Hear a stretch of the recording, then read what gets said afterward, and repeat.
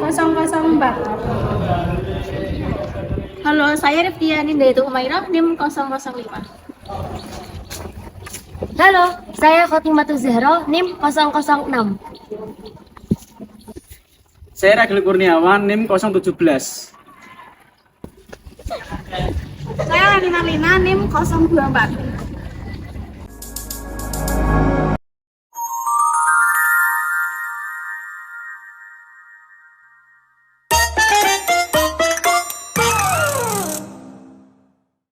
Halo, apa yang kalian ketahui tentang statistik? Dan apakah kalian tahu statistik dan statistika itu berbeda?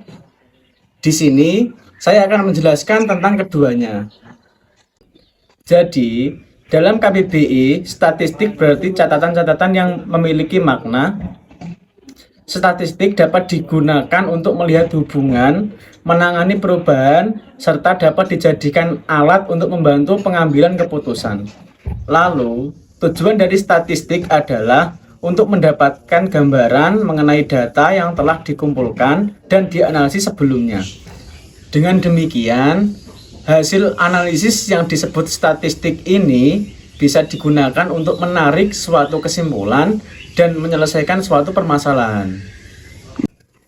Sedangkan statistika adalah ilmu yang mempelajari cara untuk merencanakan, mengumpulkan, menganalisis, kemudian menginterpresentasikan hingga presentasi data. Singkatnya, statistika merupakan ilmu yang berkaitan dengan data. Dan untuk tujuan dari statistika adalah untuk mengolah data menjadi informasi yang dikenal dengan statistik yang mudah dipahami oleh semua orang.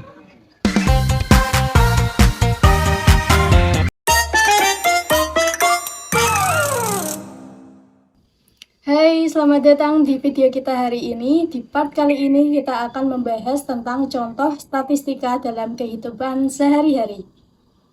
Yang pertama, jumlah penjualan harian di sebuah toko seringkali dicatat untuk mengetahui performa penjualan dan menentukan strategi pemasaran selanjutnya.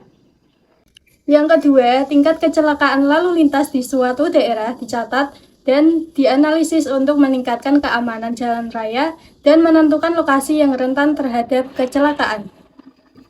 Yang ketiga, jumlah pasien yang datang ke rumah sakit setiap harinya dicatat untuk memastikan kesediaan tenaga medis yang cukup dan mengevaluasi efektivitas sistem pelayanan kesehatan. Keempat, keuangan pribadi seseorang seringkali dipantau dengan menghitung pengeluaran bulanan dan melakukan pertimbangan dengan pendapatan untuk mengatur anggaran dan menabung. Kelima, jumlah siswa perempuan dan laki-laki di sebuah sekolah umumnya dicatat untuk mengevaluasi keberagaman gender dan memastikan pemberian kesempatan yang sama dalam pendidikan.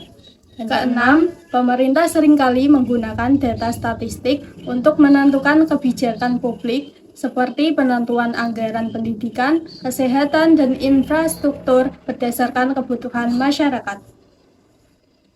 Jadi, mari kita jadikan statistika sebagai teman kita dalam mengambil keputusan yang lebih baik dan lebih cerdas dalam kehidupan sehari-hari. Terima kasih.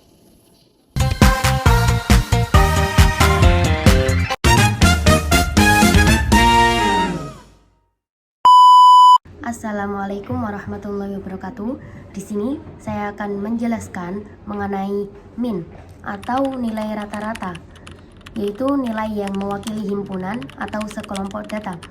Dan cara menghitungnya yaitu pertama-tama kita urutkan data yang terkecil ke terbesar.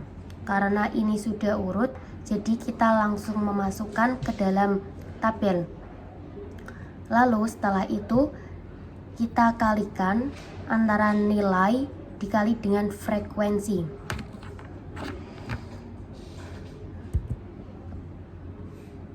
Langsung kita kalikan nilai dan dikalikan dengan frekuensi.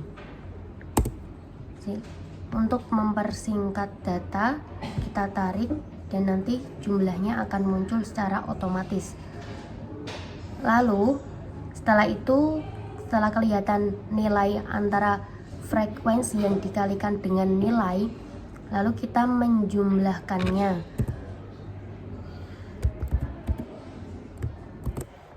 Menjumlahkan keseluruhan data. Dan hasilnya yaitu 1016. Setelah itu kita menghitung rata-ratanya dengan cara menghitung jumlah semua data dibagi dengan banyaknya data. Jumlah semua data yaitu ini nilai fx. Sedangkan jumlah banyaknya data yaitu frekuensinya yang di sini dimana itu nilainya 30. Jadi kita akan membagi nilai fx dibagi dengan frekuensi. Dan hasilnya yaitu 33,8667. Ini untuk distribusi frekuensi data tunggal.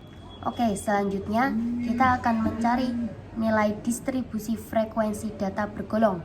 Sebelum itu kita menentukan nilai tengah, yang dimana itu caranya 21 ditambah dengan 25 dan dibagi menjadi 2. Hasilnya akan menjadi 23 dan begitu selanjutnya. Lalu kita mencari nilai F dikali dengan nilai X. Nilai frekuensi dikali dengan nilai X. Dengan cara sama dengan nilai F dikali dengan nilai X. Jumlahnya menjadi 46. Untuk mempermudahkan kita dalam menghitung, ditarik saja menjadi jumlah yang otomatis. Lalu kita menjumlahkan nilai F dikali X ini sama dengan sum. Lalu kita menarik data yang ingin kita jumlahkan dan kita tekan enter dan jumlahnya menjadi 120. Lalu sama dengan cara menghitung rata-rata pada frekuensi data tunggal dengan cara menghitung keseluruhan data dengan banyaknya data. Sama dengan keseluruhan data yaitu 1020 dibagi dengan jumlah banyaknya data dan hasilnya menjadi 34. Sekian yang dapat saya jelaskan pada materi ini, semoga bermanfaat. Terima kasih.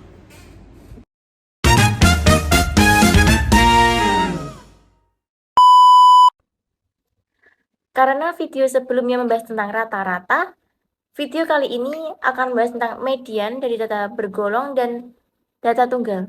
Perlu diketahui bahwa median adalah angka yang berada di tengah-tengah suatu kelompok dan juga perlu diingat dilakukan dengan mengurutkan angka dari yang terkecil hingga terbesar dan mencari angka yang berada di tengah.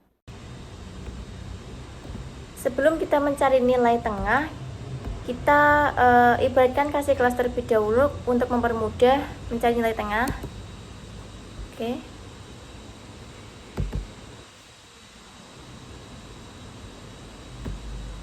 Lalu dipencet fill series.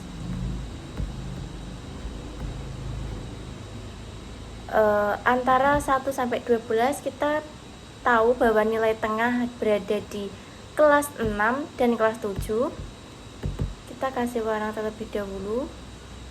Kita fokus ke kelas 6 dan 7.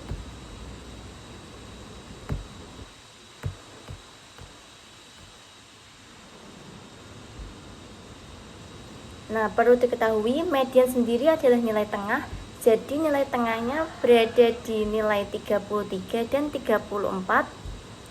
Lalu kita masuk ke rumusnya sama dengan kurung buka 33 ditambah 34, lalu kurung tutup kembali dibagi 2 sama dengan 33,5. Sudah diketahui bahwa median dari data tunggal tersebut adalah 33,5. Oke, Cara mencari median dari distribusi frekuensi data bergolong sudah diketahui sebelumnya dari data tunggal berada di kelas 6 dan 7 yang mempunyai nilai 33 dan 34, maka di data bergolong itu berada di kelas 3. Kita plot dulu. Oke, langsung saja dari rumusnya ini.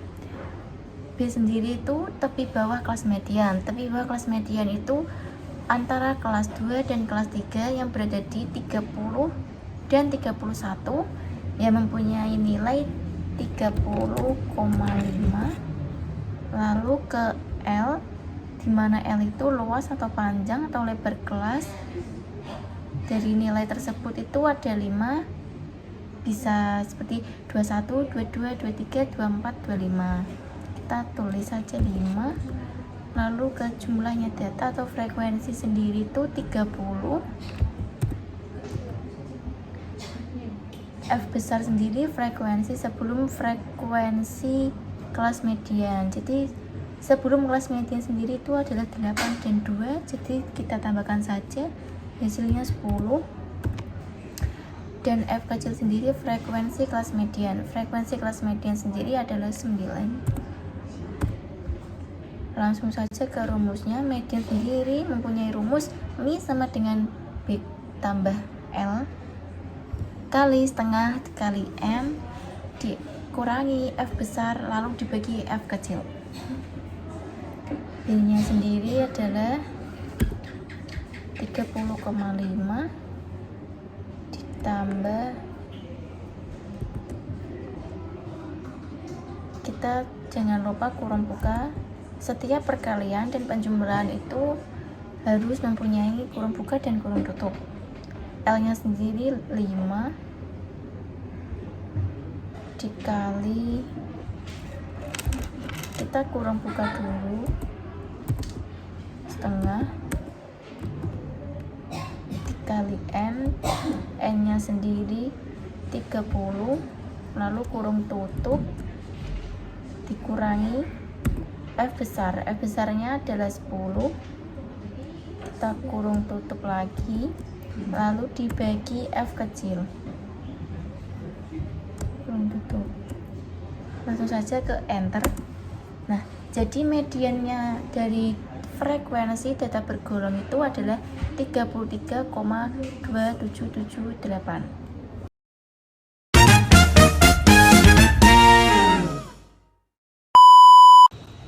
Kemudian untuk mencari modus dalam data tunggal, kita perlu diketahui terlebih dahulu bahwa modus adalah nilai yang paling sering muncul dalam suatu data statistik. Ya, modus juga merupakan nilai mayoritas atau nilai dengan frekuensi yang paling tinggi. Ya, bisa kita lihat frekuensi yang paling banyak dari tabel data tunggal ini yaitu ada 4. Ya, frekuensi yang paling banyak adalah 4. Dan frekuensi yang paling banyak itu ada 2, yaitu ada di nilai 30. Kita beri warna aja, warna terus sama ini 36. Ya, jadi kita dapat simpulkan bahwa modus dari data tunggal ini adalah mempunyai nilai 30 dan 36. Ya, jadi nilai modus 30 dan 36 dalam data tunggal. Oke, baik, selanjutnya kita akan mencari nilai modus dalam data bergolong. Bentar. Di sini udah ada contoh data bergolong, ya. Udah ada nilai frekuensi, nilai X sama efeknya yang udah dicari di video sebelumnya. Ya, udah dicari rata-rata sama median. Sekarang kita cari ke modusnya. Terus, gimana cara mencari ini B tepi bawah kelas modus? Berarti dalam data ini modus yang kita temui adalah mempunyai frekuensi 9. Ya, ini 2, 8, 9, 6, 3, 2. Paling banyak kan 9. Jadi modusnya itu 9. Modusnya ada di frekuensi 9 yang mempunyai nilai 31 sampai 35. Tuh. Oke. Tepi bawah kelas modus berarti tepi bawah kelas modus ini. Ya, tepi bawahnya itu ini. Nah, 30 diantara 30 sama 31. Jadi tepi bawah dari kelas modus adalah 30,31. Cara gampangnya kayak gitu. Ini ya.